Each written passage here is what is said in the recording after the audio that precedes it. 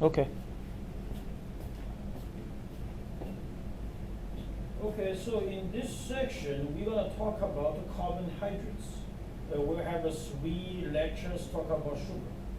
Now, before we talk about sugar, we want to go over something, what we did last week for the experiment.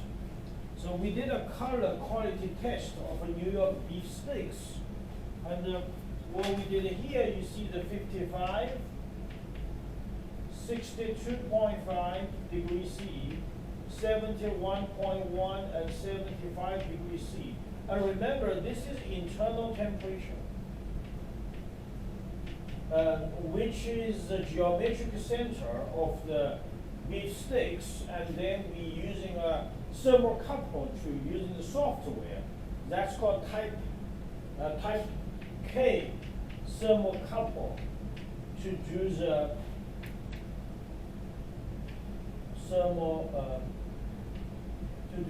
measurements of the geometric center temperature of the steaks. So each represents, which means the dullness, which is very rare, and this is a 65, which is medium, close to the medium rare, and 71.1 will be medium, and 75, which is close to well done. And we have all these pictures, which is each represent that. Then we also measure the water activity and the pH, if you still remember. And in the left one, we should do the texture analyzer because the machine is still do the calibration. So we vacuum package it. And this is called like a wet agent. So we will wet agent for 3 weeks, then we'll see the shear force value of these steaks. Now this is the results we are going to interesting to see. We measure the outside and the inside using the Hunter colorimeter for the L star, which is lightness, A star is redness, and the B star is yellowness. Now you can see, let's talk about the inside first. Can you see that with the temperature increase, the L star actually didn't change too much. The only thing you see 71.1, the L star is 47.71. Okay, but we don't care about the L star too much because it's a lightness. For beef steaks, we more care about is the A star, which is redness. Now what we see here, it's basically somewhere between 10 to 16, and then they have the highest one actually showing at 62 degrees Celsius. Although it seems like this one is more red than that one. Okay? And then when you come to 71.1, 75, they're basically 10 to 12, a little bit less red. And here you see the B star, the yellowness, kind of between 7 to 9.59, and the highest one shows you 62 degrees Celsius. So what this tells us about? This is tells about, based on the dullness, we ideally should have a very organized color change. However, it did not show up in this test. So this tells us color is not a reliable indication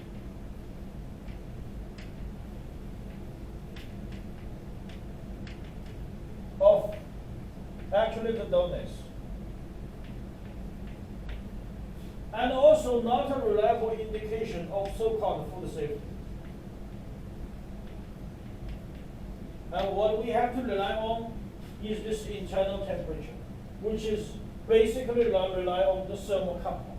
Now in the cooking setting, in the commercial cooking setting, we don't use those type K thermocouples, but at least we need to use some of the thermocouple to measure the internal temperature.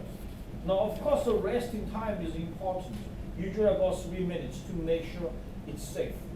So that's the conclusion here. It always comes out when you use eyes to see, it's different from the measurements, and the color not really tells you anything about so-called food safety or even the doneness.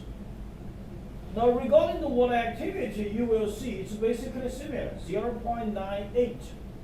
No big difference.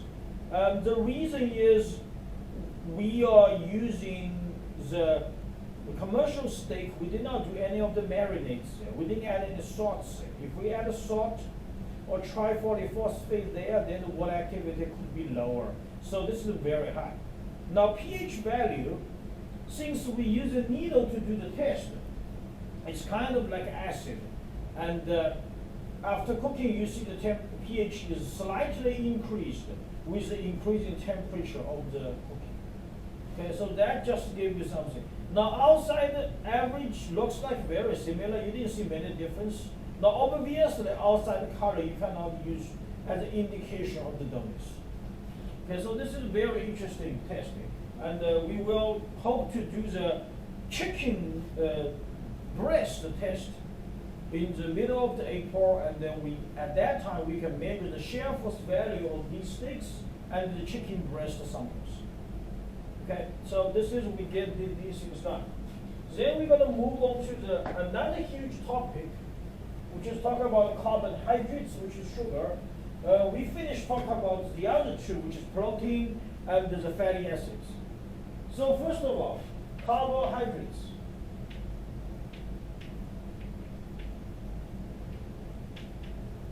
Okay, first of all, carbohydrates, this is coming from a Greek word. That means sugar. Now, most of the time when we talk about the sugar, you talk about from you're very young, we all know that it's a sweetness. When we taste it, it's very sweet, but not only for that, there's a lot of other things can do.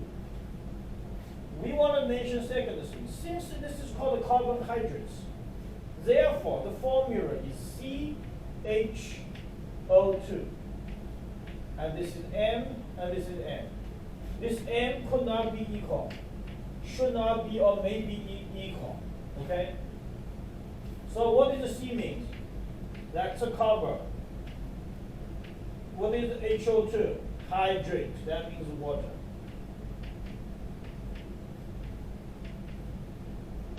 Okay.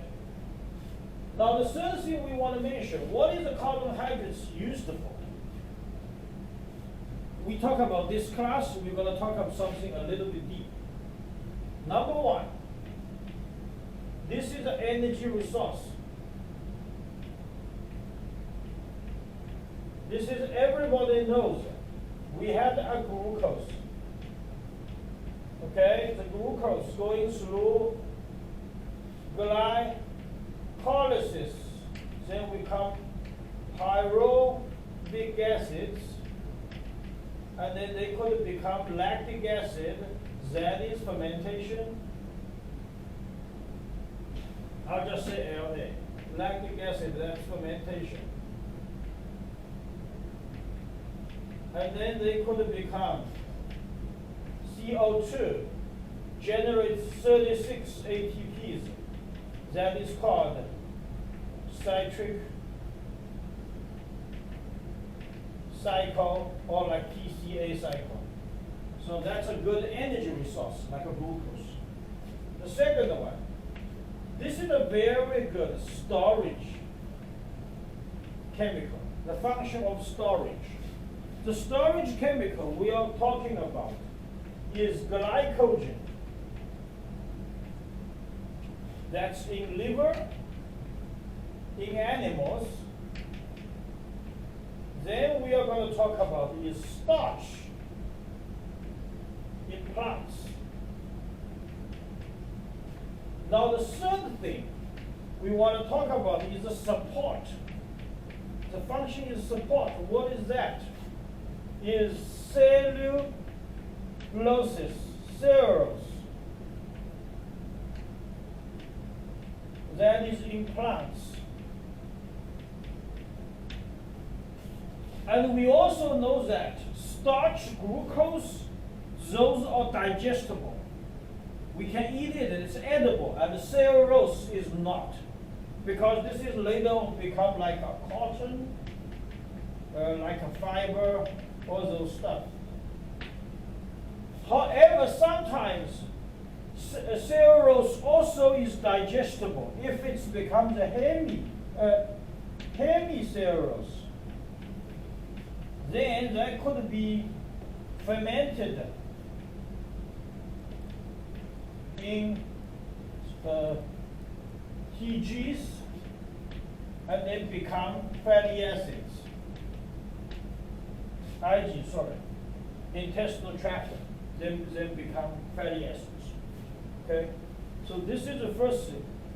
Now we also know that in the other things, we write right here is in milk products, then lactose is a major sugar.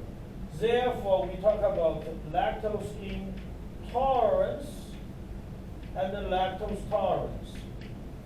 So some people cannot tolerate to lactose because lactose will be fermented in the lower part of the gastrointestinal and will have kind of like diarrhea or discomfort symptoms.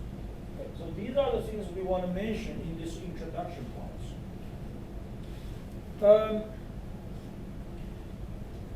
Now, overall, when we talk about the carbohydrates, we mentioned briefly here is this chemical, CmHO2. Now, if we want to see it from the chemistry standpoint, what is really for? It is a polyhydroxy with aldehyde or ketone. And I will explain to you, you will see it very clearly. Most of the sugar, the carbohydrates, can be concluded. The chemical structure is like that. Okay? Now we want to talk about some of the examples. This is just briefly give you an introduction. Now we want to talk about how we categorize carbohydrates.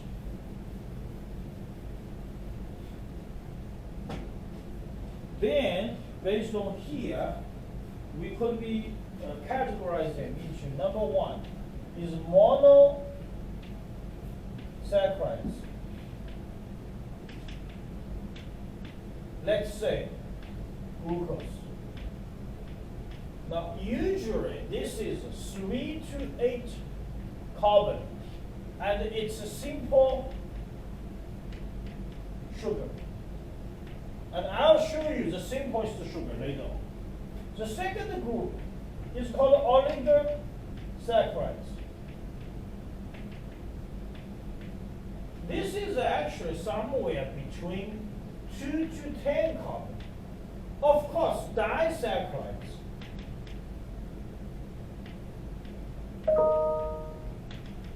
or inside. Disaccharides is one example of oligosaccharides, like lactose and the sucrose. Now, number 3, we're going to talk about the polysaccharides. A good example will be gums. That is usually coming from seaweeds, coming from microorganisms. And I usually say starch and cellulose also. And even we did the agar when we talk about it. For bacterial cultivation is also polysaccharides. Okay, these are some of the examples. Then we were going to go to detail to see how we talk. Okay, we already mentioned them. Animal organisms, we need glucose. It's an energy resource. For storage animal, which is glycogen. Now remember the glycogen.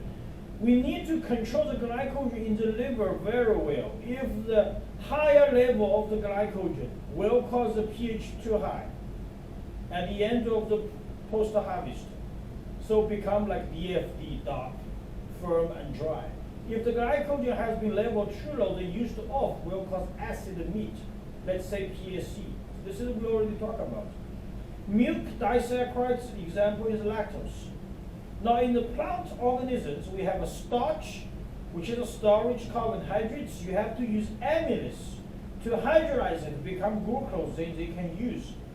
Then cellulose is a structured polysaccharides, and the gums that usually coming from plants, seaweeds, and microorganisms. And here is a table which is showed you the carbohydrates in the examples of foods and the food product. So you can see it's a big combination of all of them. Apple, grape, strawberry, total sugar is higher because that's sweets, that's why. You see glucose, fructose, sucrose, and maltose. Those are mono or disaccharides. Now you need to know glucose, sucrose, and fructose. Fructose is the most sweetness sugar. And polysaccharides limit. Vegetables, of course, you know the vegetables, unless it's sweet corn, sweet potato, they're basically less sweet than the fruits. So you see their sugar level is a little bit lower, okay? But on the other hand, you see starch level is increased because starch is a major storage energy in these vegetables. Cellulose is a little bit. Juice, beet juice, cane juice, we're going to mention this later on. These two using to make sugar, which is yellow sugar, sugar cane, then refine it, become a white sugar, and this guy will be directly become white sugar. We'll talk on Thursday. And the maple syrups, you see sucrose is very high.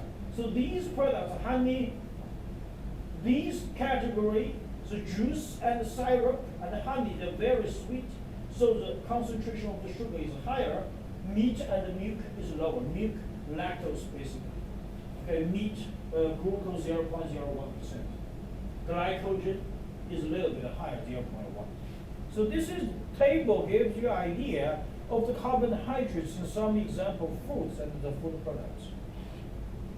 Okay, now here we're going to talk about something else. Some of them are already mentioned. First of all, sugar is an energy resource, so sugar can become a fat. And our liver all have the level can sustain how much sugar going through biochemistry reaction. And it's about like 20% of the glucose our liver can sustain. If you're eating too much sugar, then those sugar can become liver fatty acids and storage there, and later on will become fat in the body. So if you're in a diet or you want to lose weight, make sure don't eat too much sugar. But how about fat become a sugar in the opposite direction? That's also possible, but it's much more difficult compared to sugar become fat. Now, there is a sugar, carbohydrates. Sugar is also complex carbohydrates. And we mentioned here, starch is a highly digestible. Cellulose and the chitins we'll mention, it's non-digestible. It's basically is a support. And the chitins will become a chitosan. In the food industry, they use a lot as a food packaging machine right now. And the packaging material to deliver antimicrobials or maybe antioxidants. Cellulose basically is non-digestible. However, if it's heavy, cellulose, they can be fermented in the colon, then generate short-chain fatty acids. And I just mentioned. Now, of course, it's a sweetness, but be careful. If it's a sweetness, you add it there, the melting and the freezing point of the foods will be changed. So you know that. Same thing, like we talk about the salts. You have ice there, you have a snow there, you put ice there. You put salts there, the melting temperature will be decreased. Same thing for the sugar. When you add there, the melting freezing point will change. So not only for sweetness, these two most important most important characteristics of a food products will be changing. Now, it depends on the degree of the polymerization. We call it DP. We could be categorizing, okay? That D means degree, that P means polymerization. Okay, this is some of the introduction. Now we want to talk about each one by one.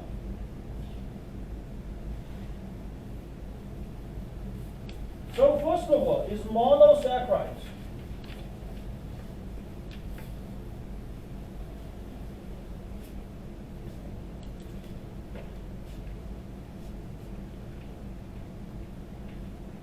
Monosaccharides. This is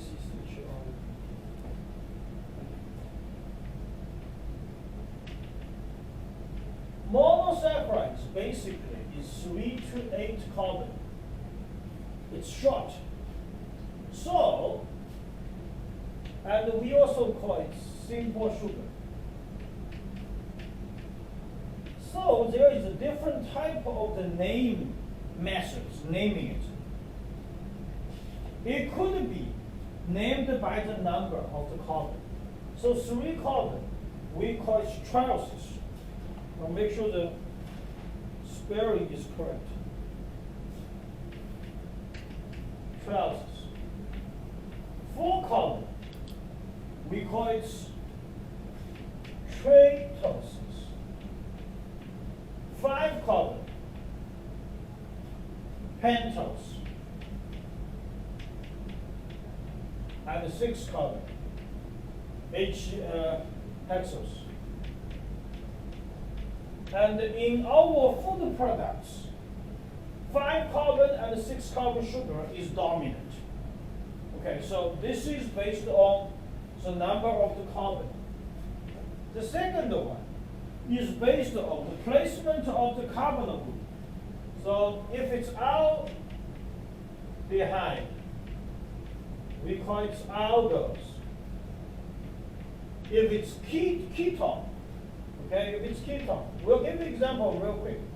So it's called ketose. Number 3 is based on the D and the L configuration, so we call it a chirality. And the D configuration, chirality D series is most of the natural sugar. Okay, so this is gives you an overall conclusion. Now, what do we really talk about? How you understand about these? We gave you an example, okay? Very simple. We gave you a 3 carbon trioses. What it looks like. When you draw 3 carbon first. Okay, what are going to be talking? What are going to be right on top?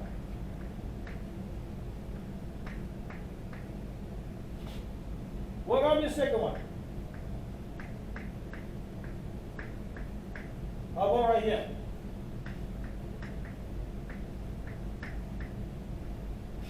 Very simple. 3 carbon sugar. What is this called?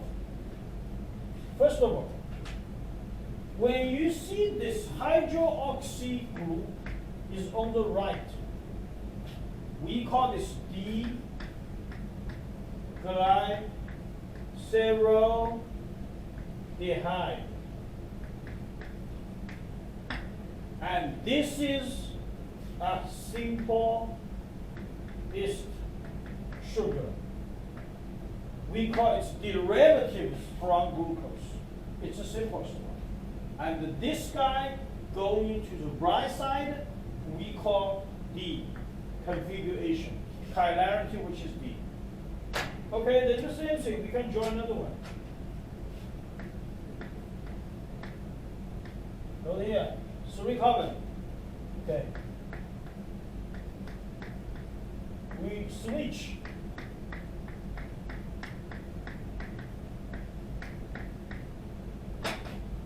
Once this guy moves right here to the left side, this is L glyceroldehyde. That is a DL configuration. Okay. Once you have these two, look at here, the carbon. You have this guy. So what we call it? It's a hydroxy with aldehyde. Is that right? That's aldehyde on the top. Okay.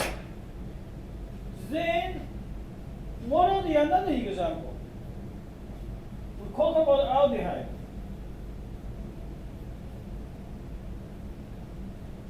That could become this.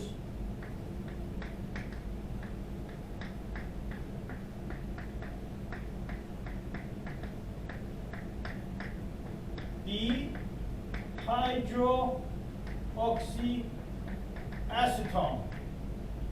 This is also a simplest sugar, but it is not in an aldehyde format, it is in a ketone format.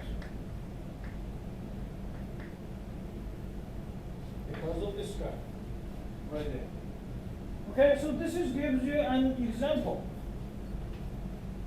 D-glyceroldehyde, L-D-glyceroldehyde, look at here, make sure the position of the OH, the hydroxy group, is on the right side.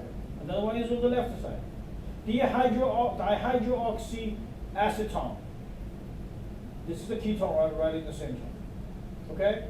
That is the simplest carbohydrates.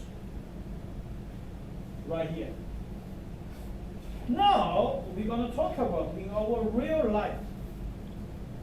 What is the real life happens? In our real life become a little bit complicated. So what's going to happen? Not going to be only 3 carbon, going to be 5 carbon. Now what's going to happen? Don't worry about this. We're going to go down, extend it. 1, 2, 3, 4, 5. H2O. H. OH. OH. H. Okay, if it looks like that, aldo pentose. Okay? What's the difference? Now, this is on the top. If this one is switch go to here, and this one goes attacking there, what's going to happen?